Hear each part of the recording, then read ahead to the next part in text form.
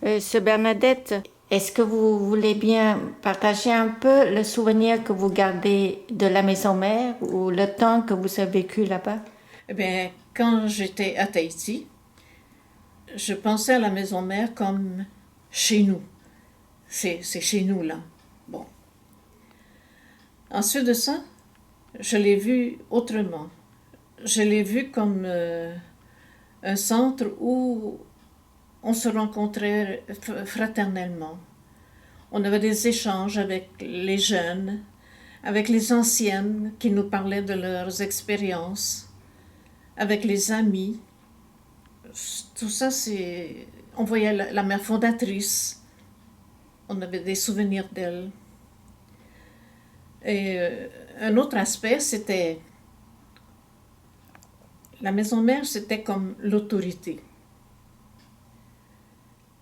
L'autorité est le point de référence. L'autorité qui nous donnait des nouvelles, qui écrivait les circulaires, qui restait en lien avec nous, qui était responsable de nous. Et c'est de là aussi que venait l'administration. Alors, il y avait une partie qui était administrative dans la maison mère. Pour moi, la maison mère reste mon lieu de formation initiale à la vie religieuse. C'est là que j'ai puisé beaucoup de choses, de bonnes choses. J'aimais l'esprit qui animait la maison mère. J'aimais son entourage. J'aimais le lieu. J'aimais sa proximité avec la nature. Par exemple, je pense au bosquet. On allait faire le ménage du bosquet. Je pense aux deux puits qui étaient dans la forêt, là. Le puits de Jacob. On allait au puits de Jacob. J'aimais aussi la proximité avec les pères franciscains, avec les sœurs Clarisse. Il y avait de très bonnes relations avec les Clarisses et les franciscains, à ma connaissance à moi. Quand on était plus jeune, on recevait des conférences des pères franciscains. On allait aussi chez les pères franciscains, on montait en procession. La maison mère m'apparaissait comme un cœur. Le cœur où on avait appris, parce qu'on était de différentes nationalités, on a appris comme la fraternité universelle. Moi, j'ai commencé à comprendre la fraternité universelle à la maison mère, avec différentes nationalités. J'ai trouvé ça riche d'expériences. Je trouve que dans ma vie, ça a été une richesse. Il y avait d'autres nationalités, puis on apprenait à découvrir les autres nationalités. C'est quelque chose qui fait partie de l'évangélisation, mon évangélisation personnelle. La fraternité universelle. Alors, je gardais des bons souvenirs de tout ça. J'imagine que ça doit être très dur de quitter la maison mère. Pour moi, le dernier matin, j'ai dit au revoir à ma petite chambre. Et puis, j'ai visité les lieux communs en disant merci. Je suis allée à la chapelle, je suis allée je sais pas, à la communauté, à la salle de couture, au réfectoire. Et puis, j'ai dit merci Seigneur pour le vécu dont ces murs ont été le témoin. Pas seulement témoin de moi, mais témoin de toute la richesse que les sœurs qui ont vécu là. Et puis cette richesse-là, je l'ai comme emmenée avec moi. Très beau. Je vous remercie beaucoup, Sœur Bernadette. Bienvenue. Oui, je garde des bons souvenirs. Et la maison mère, c'était très beau, très calme, aussi un beau paysage, là, pour se promener dehors, pour marcher, tant en été qu'en hiver. Et c'était très beau, très calme, tellement paisible, là. Ça fait du bien. Est arrivée la fin de la maison mère où nous avons vécu quelque chose de triste, puisque nous devions laisser la maison mère, tout ramasser nos choses, tout ramasser, voir les chambres les appartements qui se vidaient, là, c'était pas drôle à voir ça, là. Et puis la chapelle même qui s'est vidée, là, tu sais, tout ça. Mais j'ai pas vu la chapelle vidée, là, en présence, mais je l'ai vue ensuite sur les vidéos, je pense. Et c'est ça. Et maintenant, ben, on est rendu ici, puis c'est notre maison mère. C'est pas notre maison mère, mais c'est notre lieu de résidence maintenant, ici. On est 13, puis ça va bien. Je pense que le plus beau souvenir, ce qui me touche le plus, c'est d'être avec tant de sœurs, parce que je viens d'une grande famille. Alors, je suis habituée toujours à voir beaucoup de monde là, dans la maison, même si c'est des garçons. Là. Puis, arrivé à Maison Mère, c'est ça, j'ai pensé que c'est ça qui m'avait aidé, je pense, dans ma vocation, d'être entourée par des sœurs, puis des sœurs qui chacune fait un effort pour vivre bien avec l'autre, s'entendre, s'aider.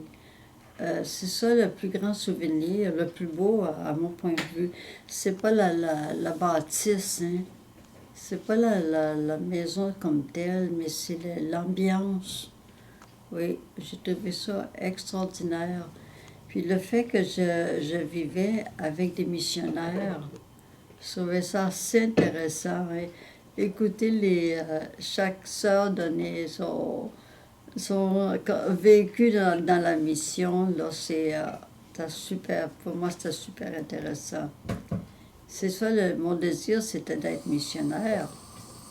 Alors là, je me suis rencontrée avec tous ces missionnaires-là qui avaient tant d'histoires intéressantes. Hein. Oui. C'était je pense que c'est l'enthousiasme des sœurs, même si des sœurs âgées, ça retournait en mission. Moi, j'en croyais pas. On dirait, j'aurais pensé à un certain âge, on est supposé de prendre notre retraite, hein. Mais non, c'était toujours le goût, l'envie de retourner en mission. Oui. Ça, c'est en gros, là, c'est mes bons souvenirs de la maison mère. Ok, merci beaucoup. Bonjour, sœur Monique. Bonjour, Céline. La maison mère existait depuis 68 ans. Quel souvenir que vous gardez de cette maison? J'ai un souvenir, je dirais, impérissable de la maison mère. D'abord, déjà comme postulante, j'ai aidé à préparer la rentrée des sœurs dans la maison. Nous allions laver des planchers, laver des vitres. Et le 30 juin 1952, vers 4 heures de l'après-midi, je suis entrée à la maison mère. Toute perdue dans cette grande maison. Quand nous sommes entrés au réfectoire, il n'y avait pas de chaise encore. C'était des petits barils de clous, là, avec des madriers sur les barils de clous pour s'asseoir à la table. Il manquait d'ustensiles. Après le souper, la maîtresse des novices a dit « Montez, vous couchez ». Alors, nous sommes montés au dortoir, mais il n'y avait pas de lit. Les lits n'étaient pas encore arrivés. Peu de temps après, les lits sont arrivés. Nous avons monté les lits dans les escaliers parce qu'il n'y avait pas d'ascenseur encore. Hein. Et le lendemain, bien, c'était notre prise d'habit. Je dirais que les souvenirs que j'en ai, c'est que nous avons beaucoup travaillé parce qu'il manquait beaucoup de choses et nous devions laver le linge, repasser le linge, laver le linge des franciscains, les aubes puis les nappes d'autel et repasser. Et après mes vœux, les premiers vœux, on m'a mis à la cuisine. Après ça, j'ai été nommée à Green Bay, à un de nos jardins d'enfants. Mais pour les vacances, nous revenions à la maison mère pour aider pour les abonnements. Quand on était à la maison mère, c'était pour les abonnements et pour le travail. Et ce que je pourrais dire, Céline, c'est que j'aimais beaucoup la maison mère. J'ai toujours aimé la maison mère. C'est pour ça que chaque fois que je revenais en vacances, j'étais toujours heureuse d'être à la maison mère. Et c'est pour ça aussi que j'ai beaucoup ressenti de laisser la maison mère. Comment vous avez vécu la dernière étape avant de quitter la maison mère? La dernière étape, on était tellement occupés que j'ai pas trop pensé, là. C'est moi qui ai vidé la salle de couture, puis c'est moi qui ai vidé la bibliothèque. Là, j'ai vraiment senti, c'est la journée que je suis sortie. Alors, je suis rentrée la première à la maison mère. Je suis sortie le dernier groupe aussi. C'est drôle de dire ça, mais c'est comme si je ne suis pas détachée de la maison mère. Que je vive le deuil. Je vis le deuil de la maison mère. Puis là, c'est ça ici là, qu'il faut que je vive. Le détachement. J'ai dit, je suis très bien. Une belle chambre, un beau salon. J'ai tout ce qu'il faut. Mais je regrette la maison mère. Je comprends. OK, merci beaucoup, Sœur Monique. Oui. J'ai vécu pendant 3 périodes différentes. D'abord, ma formation première, postulat, noviciat, était à la maison mère, mais les vœux temporaires, je les ai faits à Victoriaville. C'est-à-dire, je les ai faits à la maison mère, mais je travaillais à Victoriaville. Et je suis partie en mission. Tout de suite après un an, je revenais à la maison mère. Et après, je retournais en mission, je revenais toujours à la maison mère.